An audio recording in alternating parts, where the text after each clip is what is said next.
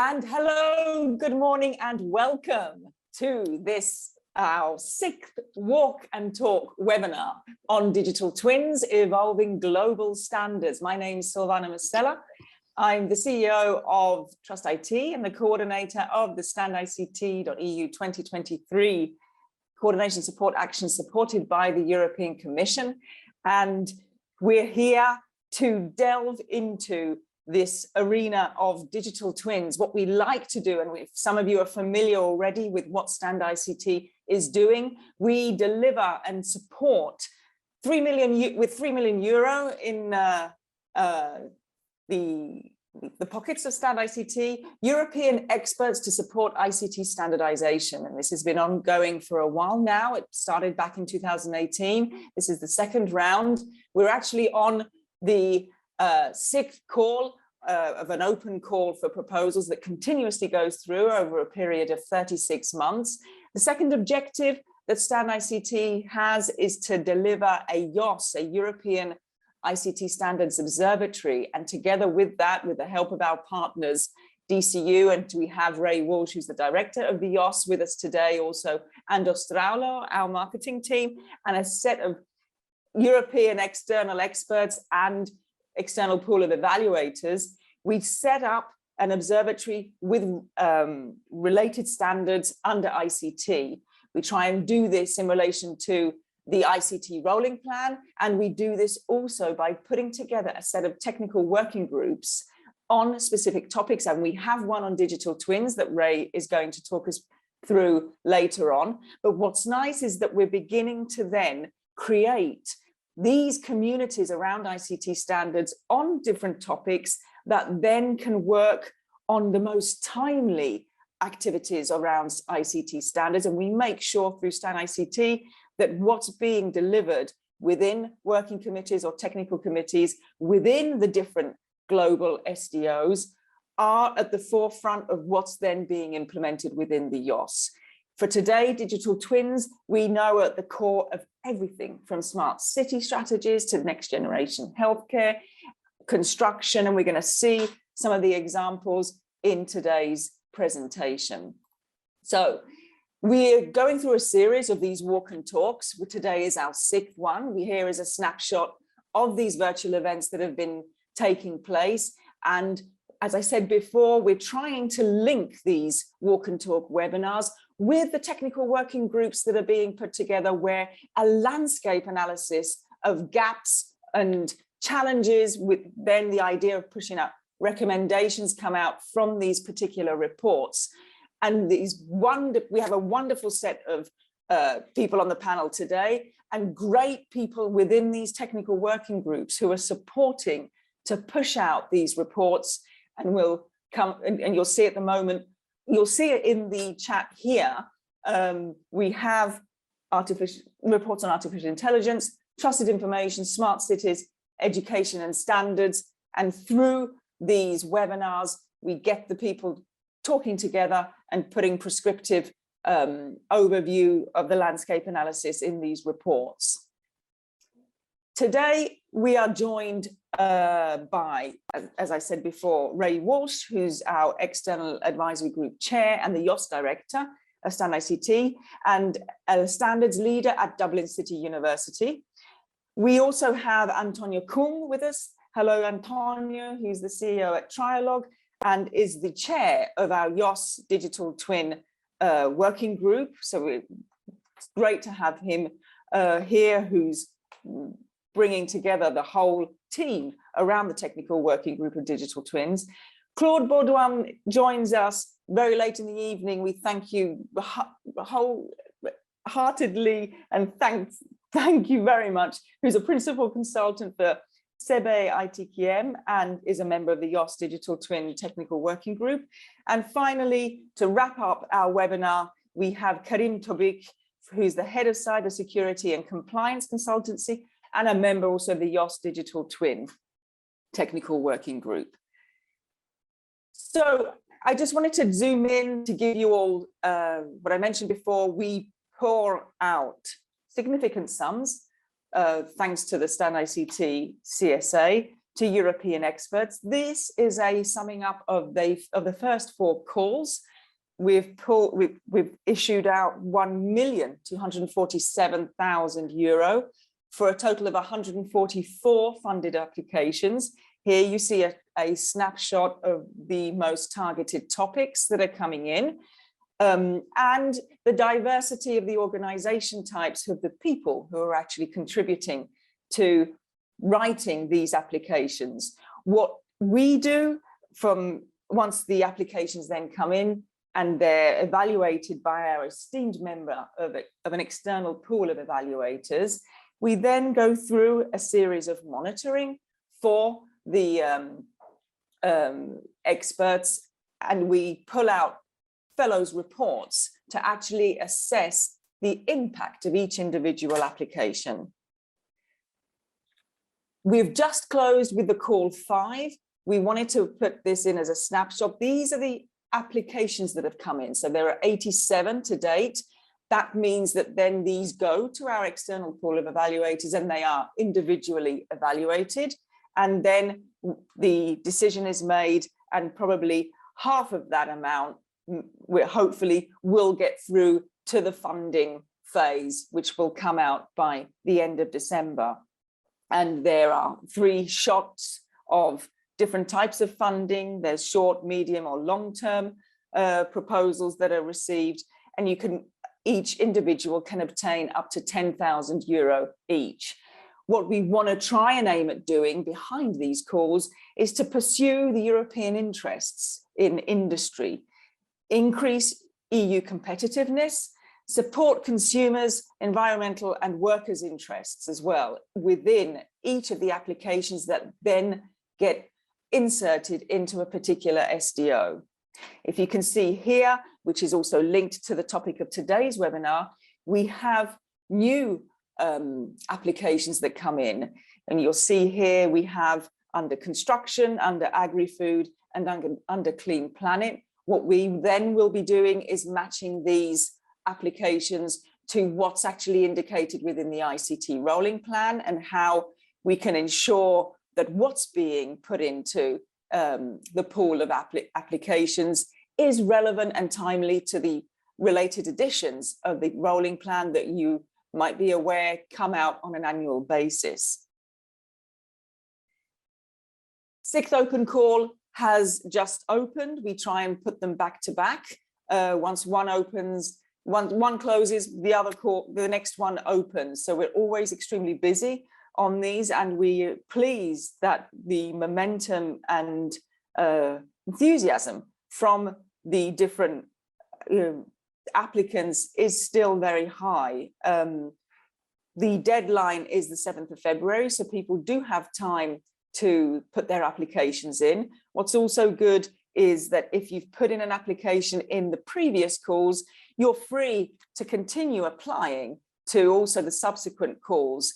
If you see your area of work takes an evolution on what you're doing, so it's nice that you don't think that something starts and stops. And this is where we like to call out also to all those research and innovation projects funded under Horizon 2020, and in the subsequent call under Horizon Europe and the Digital Europe program, that if you're working on standards within your research project, but then your research project ends, you can capitalize on the funds that are given within StandICT to continue your support there and link up with other clustered projects to create a unified type of application in the future. Why not? Around any dedicated subject. We mentioned at the beginning that once the applicants receive their funding, they are then monitored, and they fill out subsequent and regular impact reports. And then what we're doing is compiling them together in individual reports that you can download on Zenodo or on the StandICT websites, where we crank down exactly what the impact was from the application, so we can provide a much more impact-oriented result at the end of this.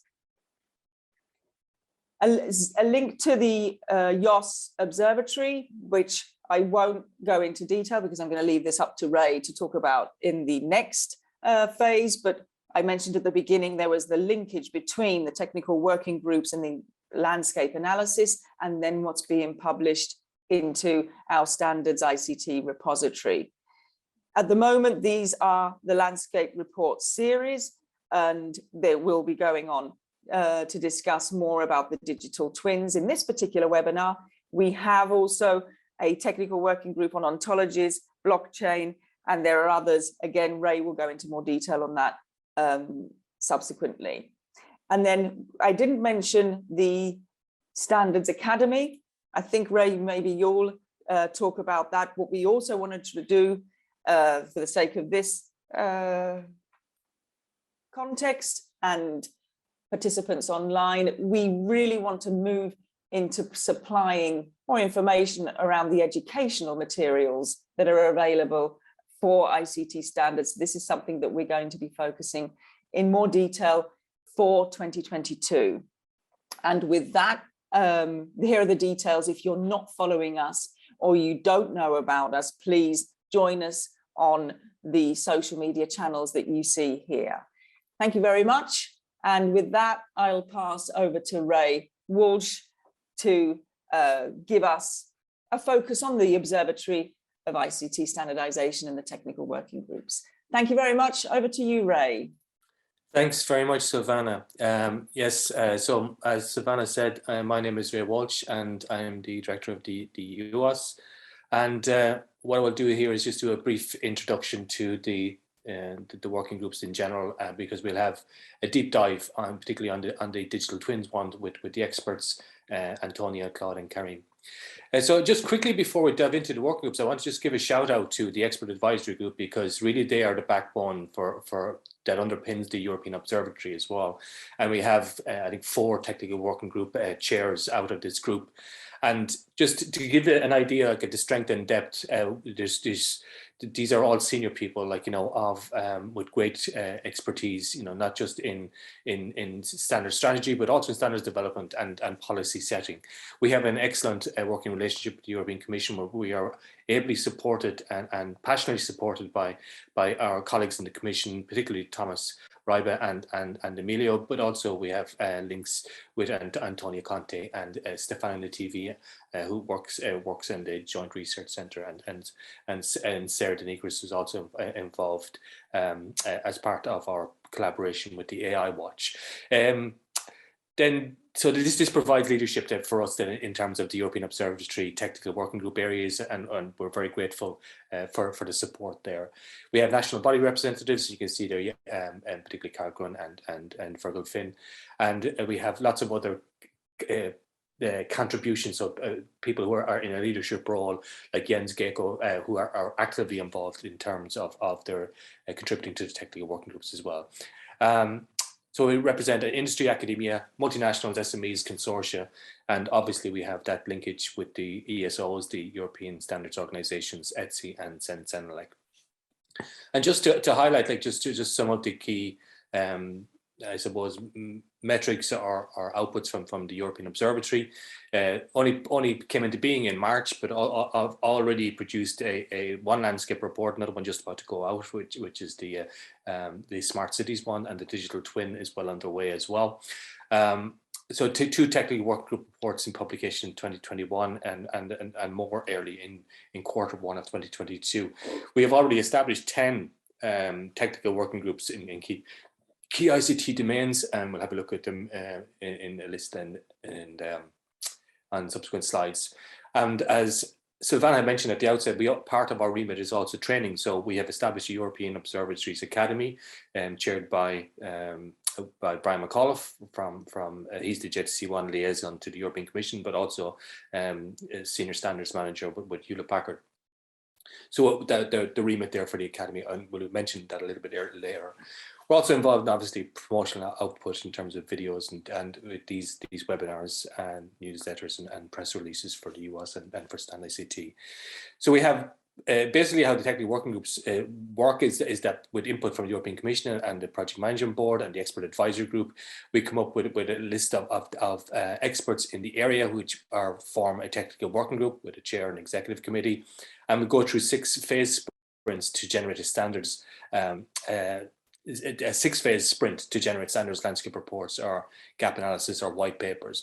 And the phase sprints involve engagement with standards development organizations in terms of liaisons and getting into detailed standards data, so the metadata associated with each individual standards, and then and collating it and filling in the gaps and in relation to that data and generating the landscape reports or the gap analysis, etc. We have 13 expert chairpersons, 118 senior ICT standards experts, 10 technical working groups in an academy, 2 published landscape reports and an AI gap analysis on the way. 4 landscape reports are due in Q1 in 2022, which are trust information, digital twin, cybersecurity and blockchain. And we've just established 2 new working groups in December, which are the ontologies and the IoT and Edge. So there's a lot of activity going on in the EUOS at the moment. And more to come. Just a quick snapshot of the leadership, because these are the energetic contributions that happen and drive the work of the EUOS going forward. So the likes of Lindsay Frost on AI and Joel Myers on smart cities and Antonio with the digital twin, it's their leadership that has driven this forward and created the outputs in such a fast manner. Like, it's a lot of energy, a lot of requirements. And these are the technical working groups. So blockchain, digital twin, AI, big data, cybersecurity, smart cities, trusted information, big data for smart cities, which is a more on policy side, cloud, edge and IoT, ontologies, and then the academy, which we'll just have a quick look at now in a second under the stewardship of Brian. And this is what provides the thought leadership, for the ICT sectors that we're investigating. So the priority areas of the digital single market, and we create these tailored, as I said, landscape and gap analysis on the key technical areas. So what does the EUOS actually, one gone too far. What does the EUOS actually look like then? So the Observatory has a number of parts to it. One, it's a collection of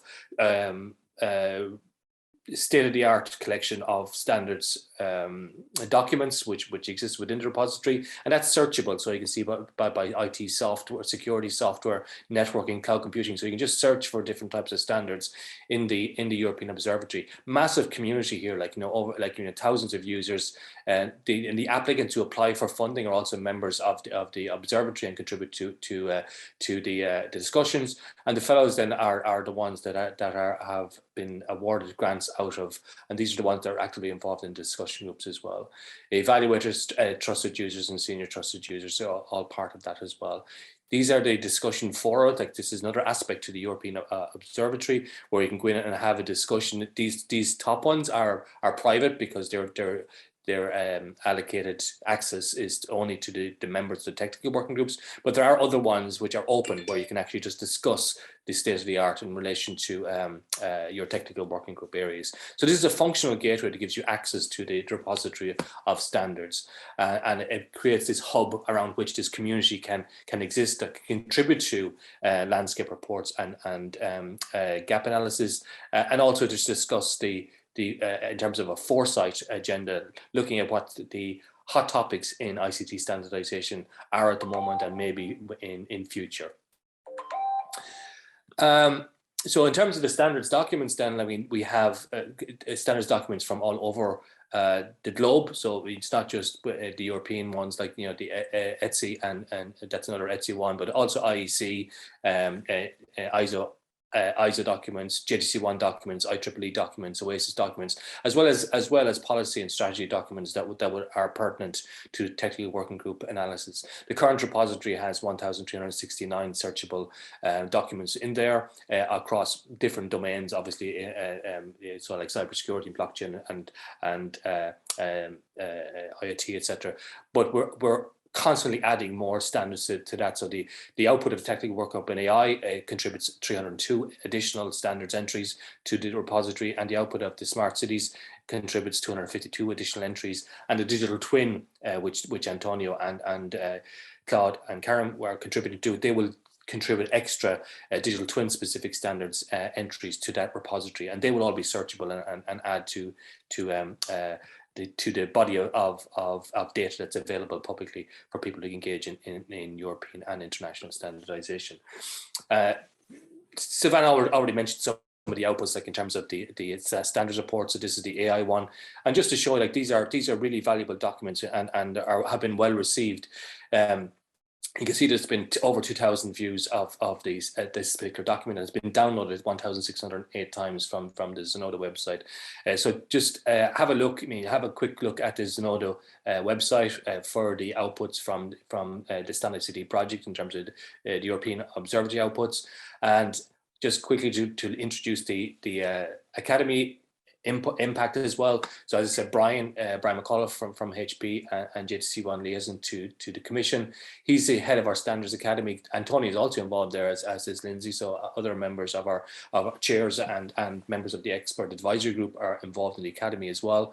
And they're training the next generation of ICT standards experts. So it's taking in and collating and adding commentary to existing standards collateral that's already out there in terms of what comes from the ISO Academy and from ETSI through ETSI's work, through SENELEC, some of their training material, but also from other areas like IAC, who run training courses, and NATO, the NATO standards, ICT standards group as well are involved in this. But we're also linked in with EURAS and DG GROW from the European Commission in terms of looking at education around standardization and education about standardization. Yeah, so you can have a quick look at the StandICT website for that, and the links will be in. We'll put all the links in the chat afterwards.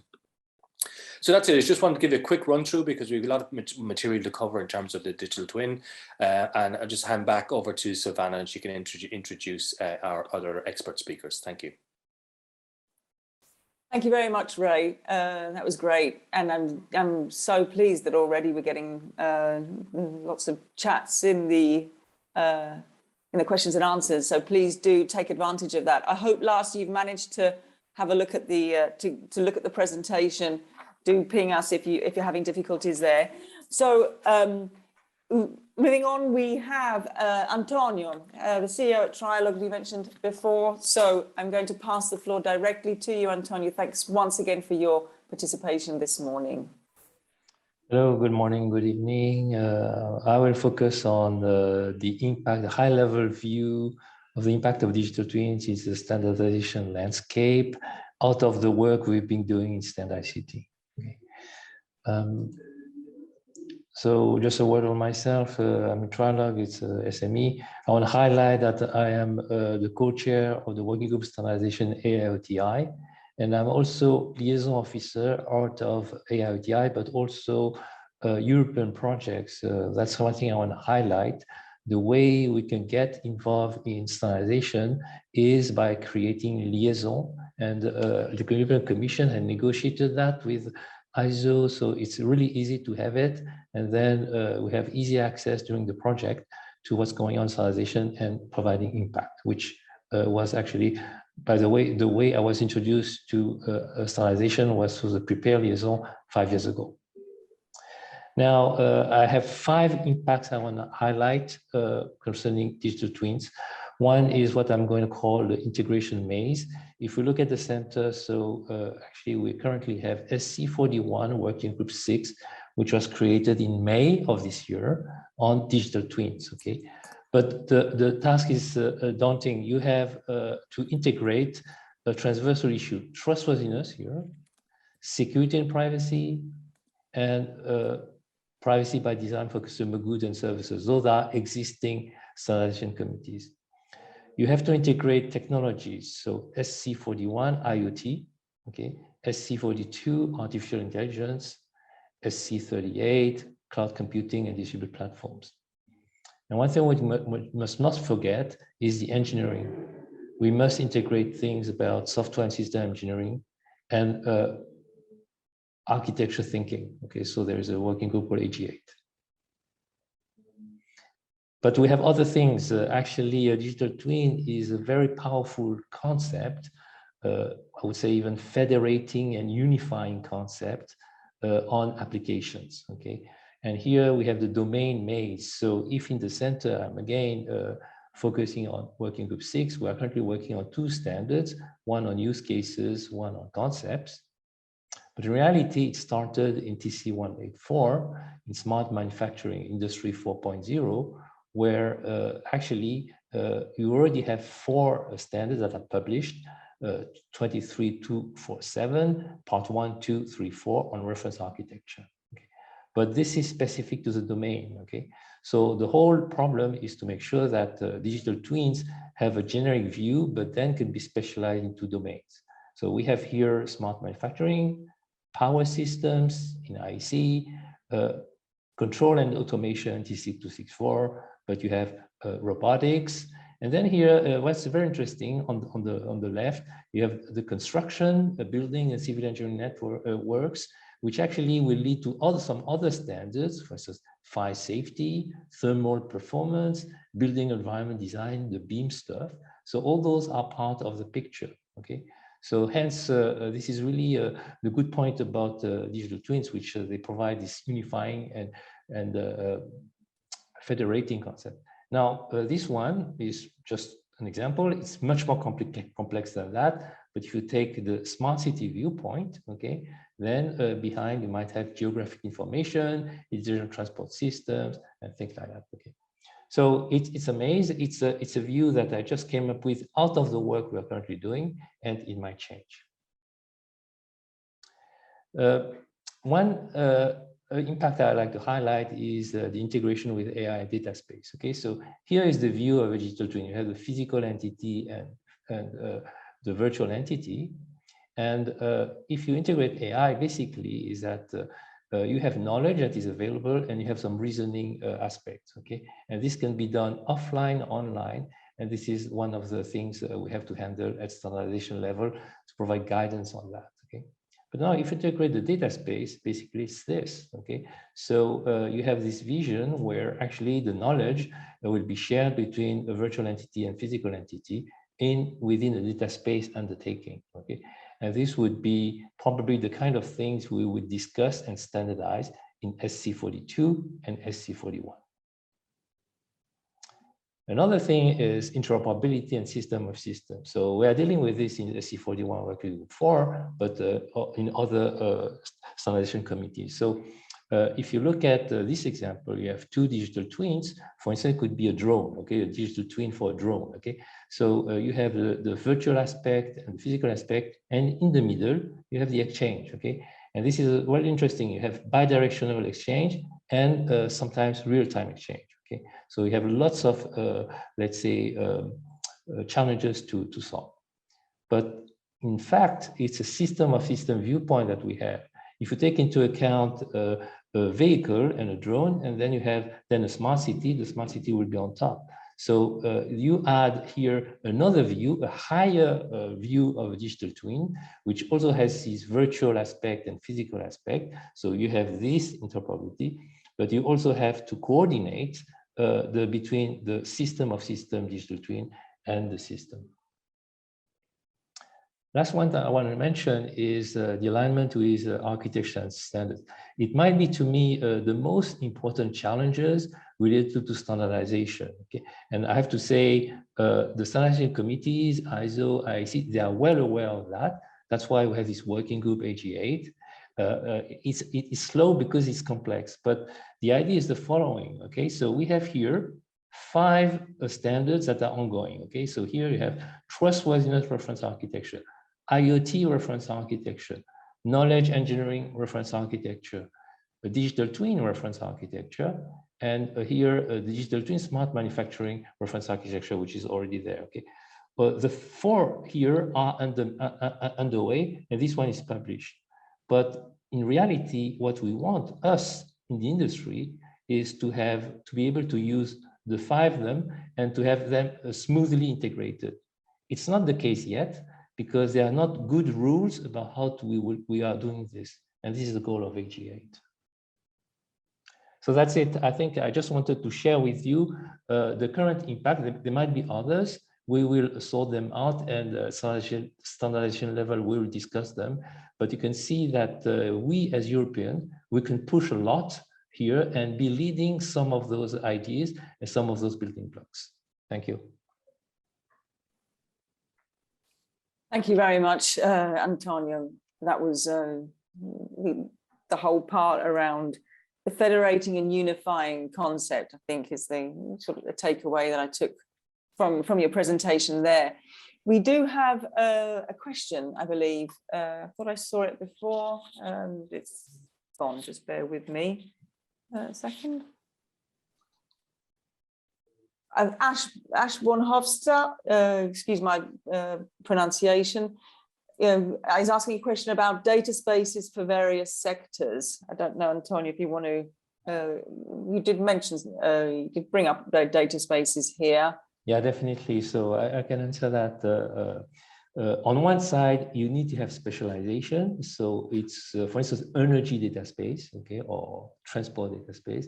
On the other side, you want to have commonalities in building blocks.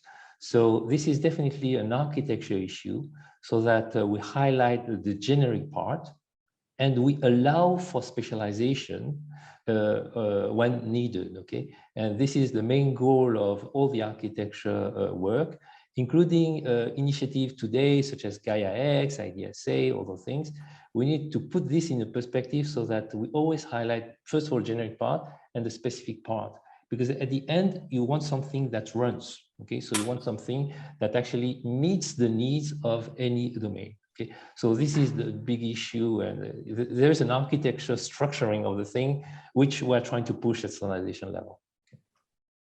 Thank you, Antonio. Jens also writes in IEC 6339 cells be considered for sector smart manufacturing. That was just a consideration. Okay, great. Keep your questions coming in, but we're going to move on with the timing. And I want to pass the floor to Claude Baudin. Hi, Claude, who will be presenting a background of the Digital Twin Consortium. We're delighted Claude has managed to join us from across the seas.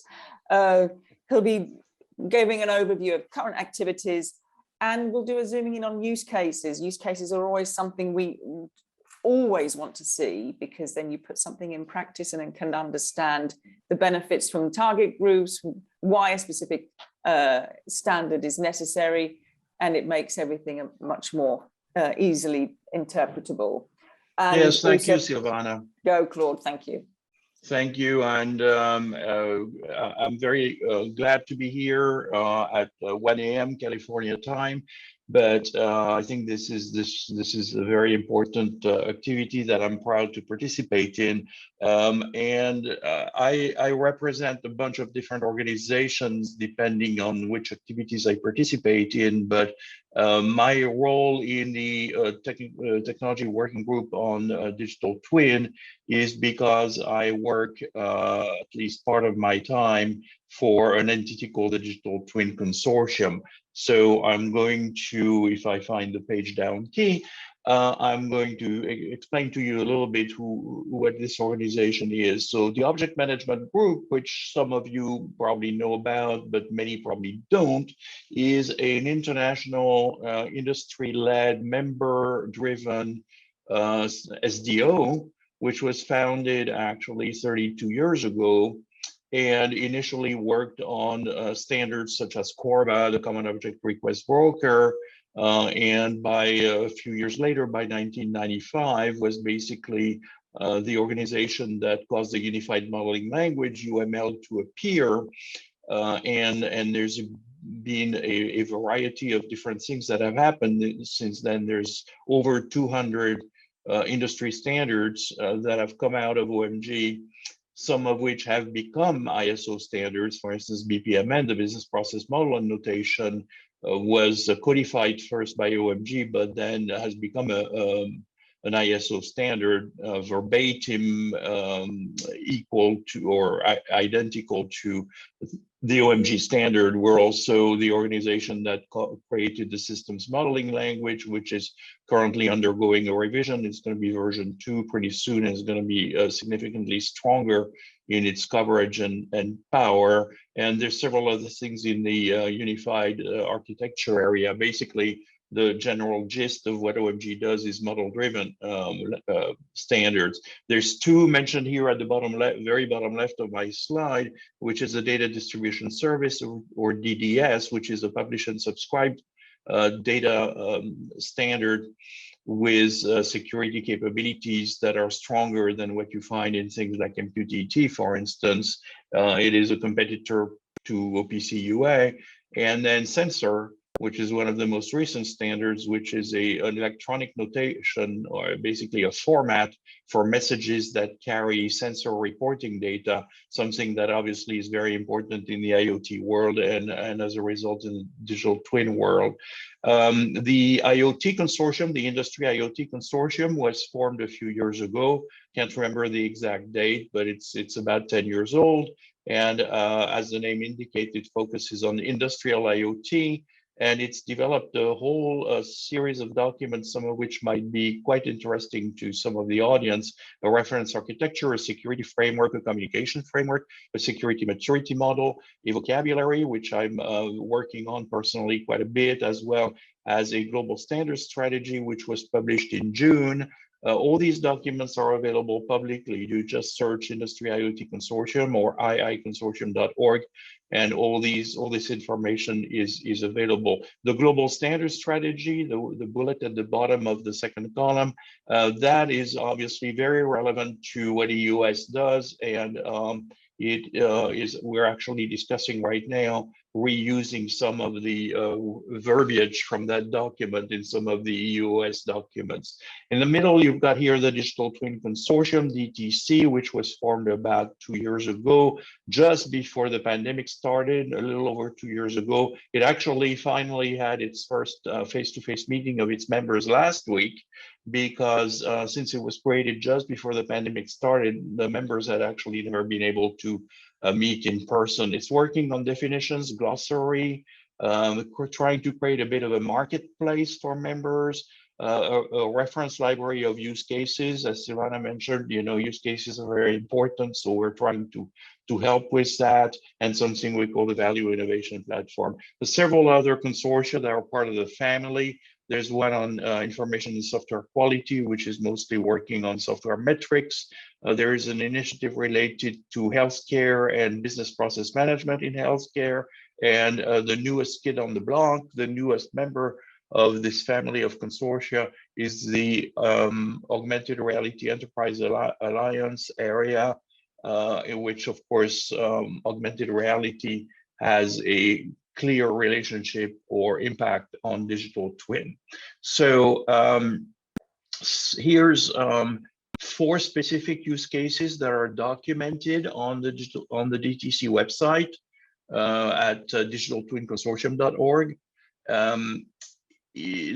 One is in Formula One racing, the use by the McLaren Group to basically do a digital twin of a Formula One car from the aspect of simulating the aerodynamics of the car. Michelin has documented a use case on optimizing their supply chain, simulating various disruptions or changes to supply chain or in the demand for particular products. What is the impact on the functioning of the supply chain, which obviously right now is something that's really top of mind for everyone, given the supply chain disruptions we've been witnessing recently.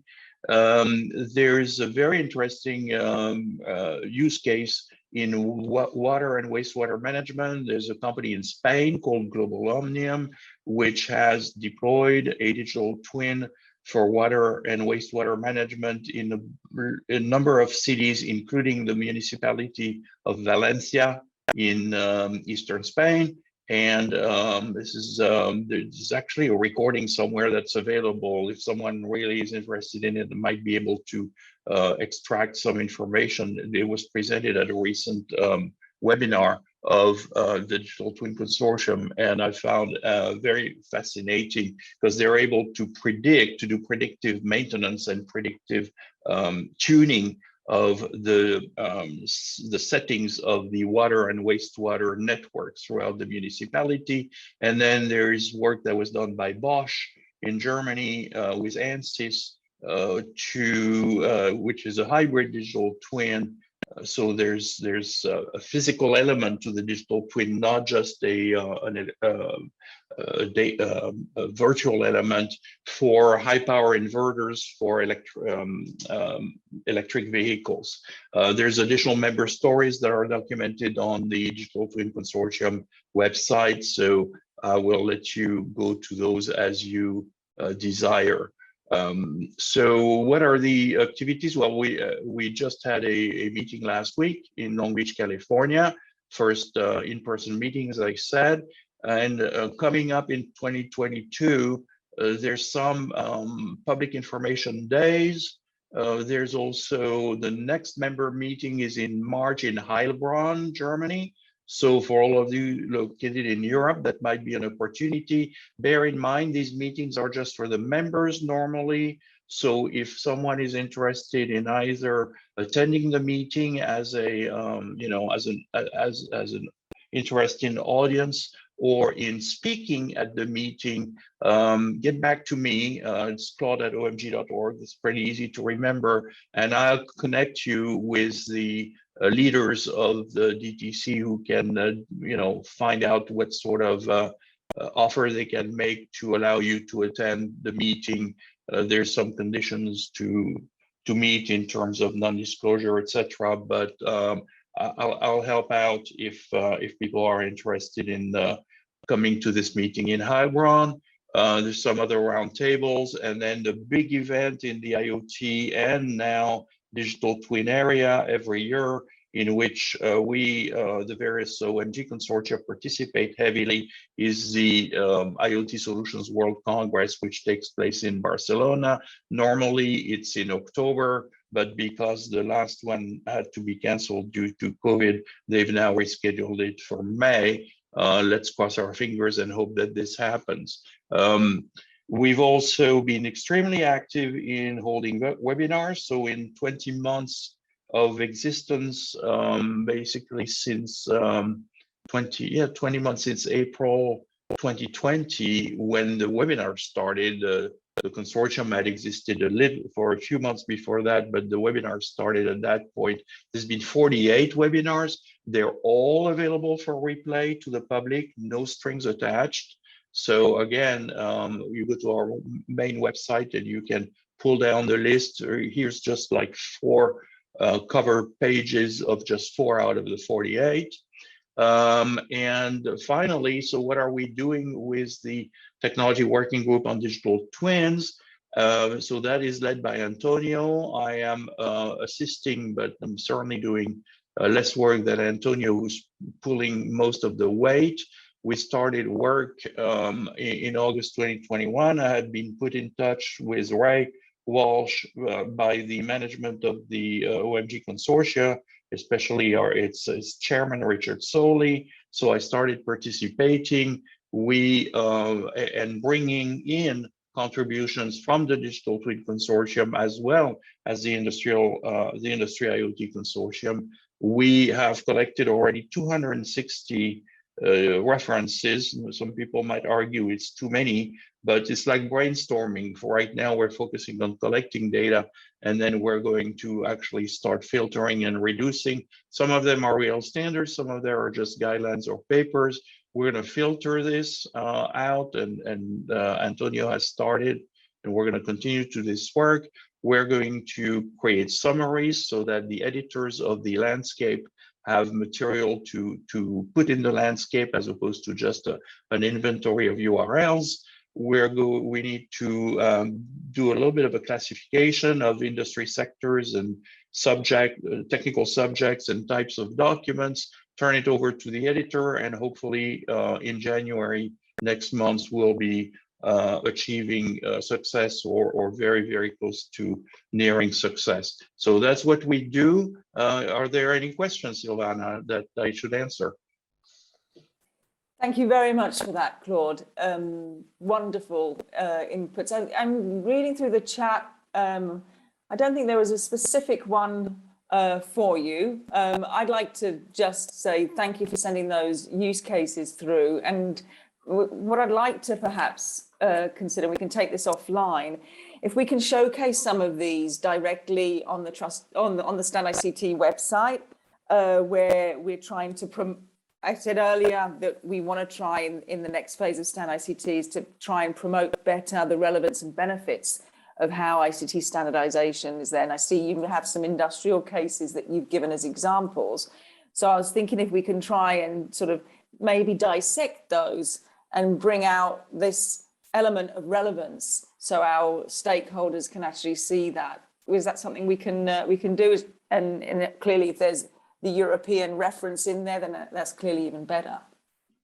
Yeah, exactly. I mean, you've got Michelin, you've got the Global Omnium in Spain. I think the McLaren stuff was probably also done in Europe. So I'd be happy to put you in touch with the people in the marketing group at the Digital Twin Consortium that could provide you with the necessary information, and we can collaborate on helping EOS publicize some of this information.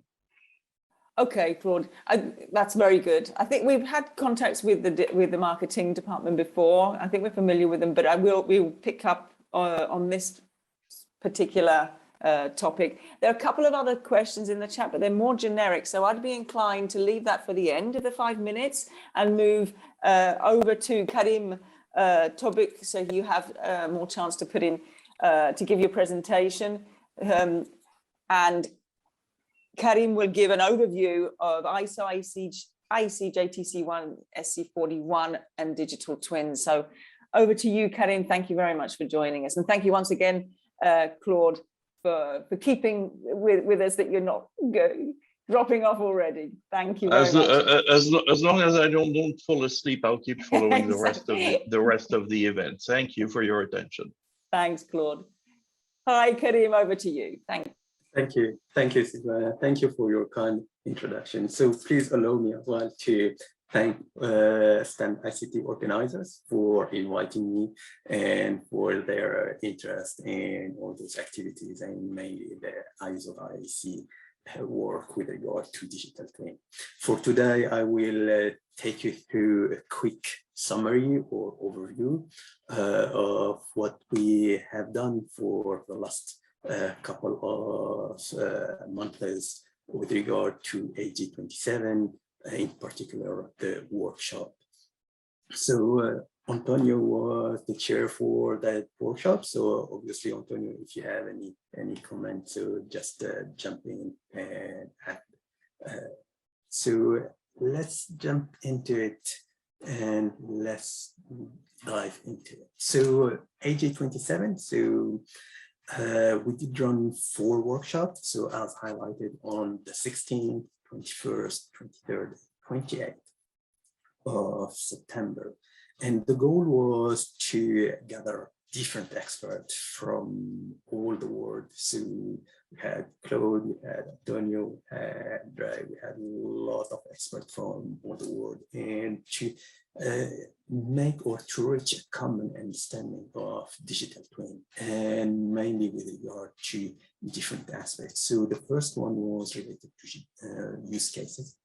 Then another workshop for the concept, a third one for architecture, and a fourth one and the last one was for integration.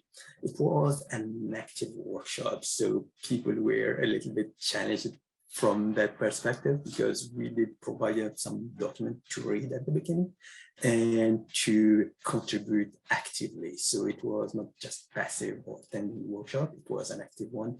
And they had to drop different ideas into Mural sessions. So to give an overview on the Mural session, what is it first? So as you can imagine, so this is a picture of the mural. So I will I will share those links as well for those murals.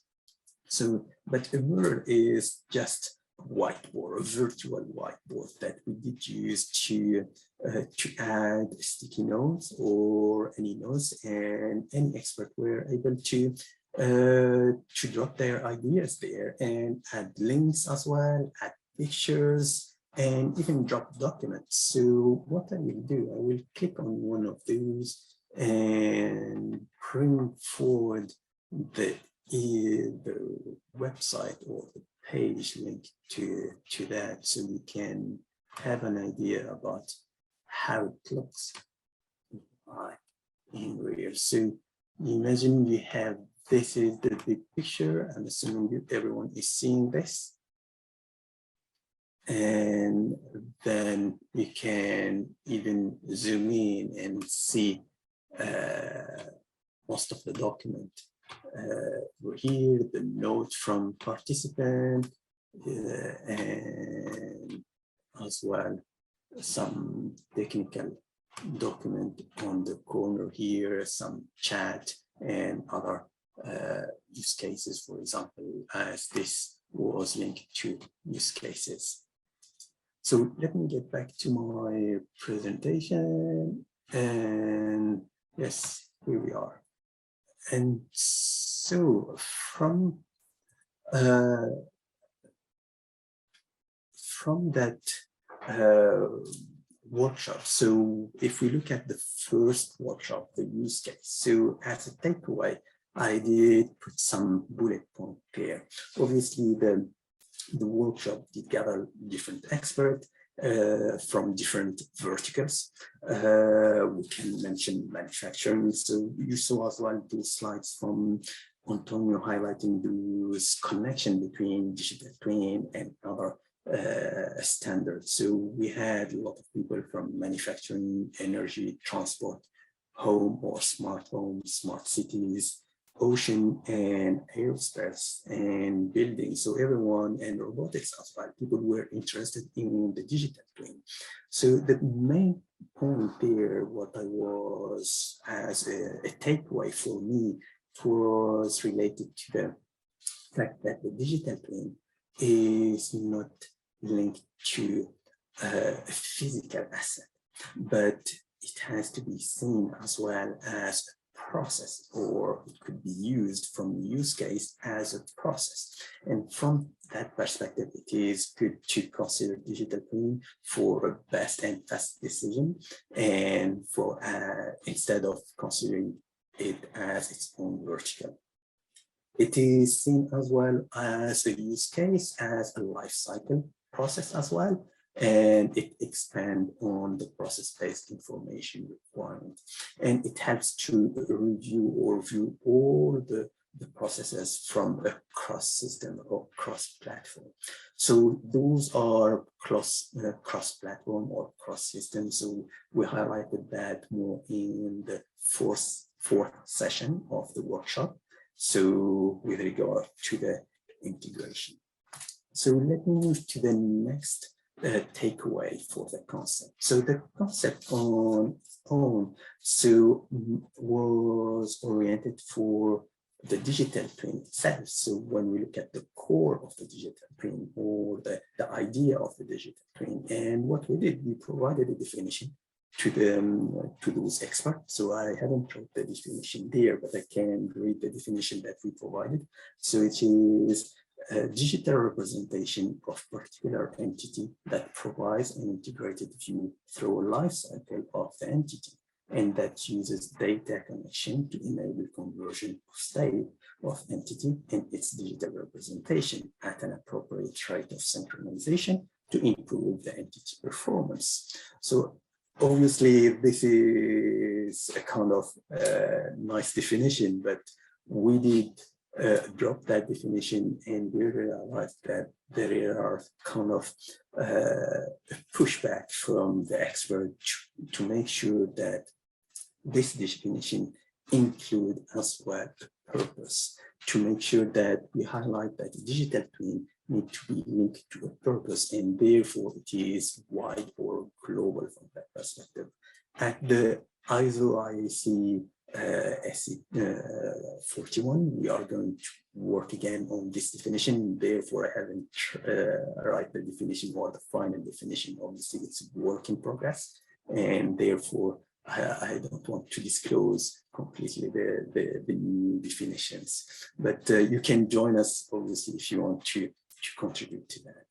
There are a great contribution as well with regard to semiotic triangles. So with its three components, so the concept, the symbol, and the object. So for those who doesn't know what is semiotic triangle, so think about the stop panel. So if you are a driver and you see the stop panel, so the stop panel, that hexagonal, it's an object.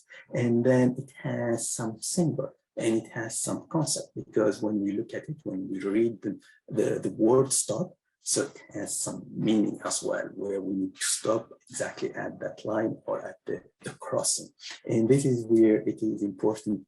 We find out that the digital twin can contribute from that perspective and be used from within the concept of the semiotic triangle in connection with ontology as well.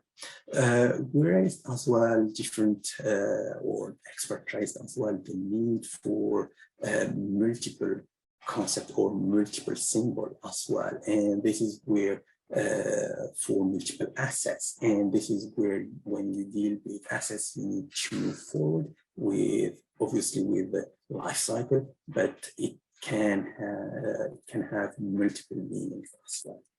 So on the reference architecture on takeaway perspective, so the main important note for me was two aspects: the core of the digital twin, what we call the digital twin itself, or level 0 as we aim to define it, and the twinning system at level 1 and above. So, and this is where we found out that level 0 is more about the purpose of the digital twin itself, the encoding of the digital twin, the interaction within the digital twin, any analytic or any capability from that perspective, and its self-description, because the digital twin needs to be described as well to highlight how we can look at it or link it or follow it if we are speaking about followers and feeds. So level 1 obviously is slightly bigger, where we are speaking about logic or maturity metrics, maturity model, and we have as well platform pattern integration and different processes there. And it was suggested that it is digital twin could be linked to variable system modeling, and it is seen as a bigger picture as CPS, like cyber physical systems. So those are part of the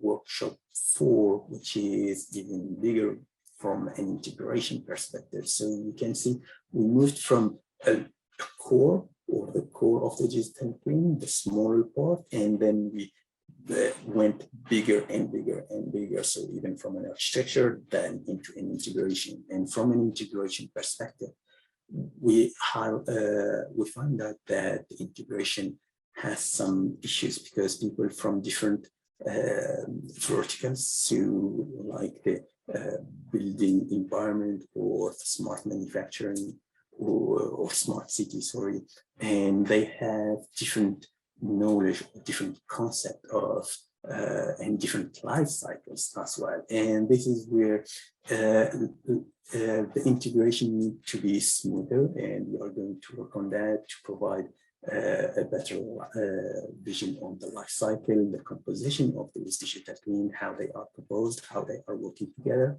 when we have multiple systems of systems, or how they are liaised together, and the boundary between all of those. Obviously, we started with the IoT itself, then we have the digital twin, we have the cyber physical system, and as well the multiple agent system with MAS. We highlighted as well different need for ontology, because as I mentioned before, we have the building industry or the smart manufacturing, and all those, they have different meanings for their work, and therefore from an ontology perspective we have a need for that, and we are pushing to have some ontology for those, and obviously multiple drivers and data characterization, scalability for the model, end-to-end security, and customer path as well are expected to be developed within the digital twin. Hi, Karim. Are you up to your lovely? You're up to your last slide. Thank you very much.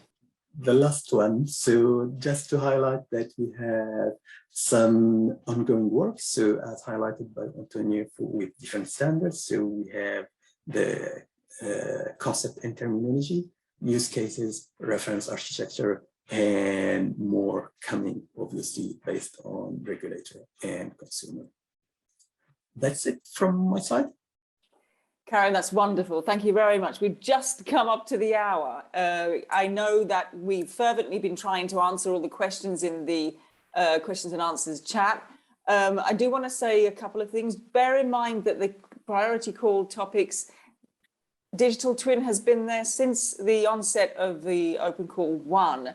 What we'd like to see is perhaps an increase now, thanks to this webinar. And I hope Claude, Antonio, and Karim, you perhaps can, through your presentation, are enticing our participants to say, well, I could do with actually introducing a call in call 6 that covers this aspect. And I hope that those of you who are on this call, you're thinking about that, because that is exactly the effect that we want these webinars to take on. I don't know whether, Karim, from your lovely mural visual, you wanted to add anything to that? Do you concur with this approach going forward? Would you like to have 55 yourself, Antonio and Claude, applications coming in just on digital twin? Oh, definitely. Quick answer. Yeah, okay. Definitely, yes. That's the obvious answer, I know. And I've seen also in your last slide there is references also to ontologies, IoT, the cloud environment. So perhaps the different applications, if they come in also, that are tackling the digital twin, but obviously referencing other areas, that's something that we're interested in looking at too. So I think if there are no other questions, I think we need to wrap up now as we come up to the hour. Some of you are moving into other things. The recordings will be available for you. Do stay in touch. We're having a Women in ICT Standards coming up for you in January 2022. Thank you so much to our speakers. Great hour. Thank you for the insights. We wish you wonderful peace, happiness, and restful days over this Christmas period. Thank you very much.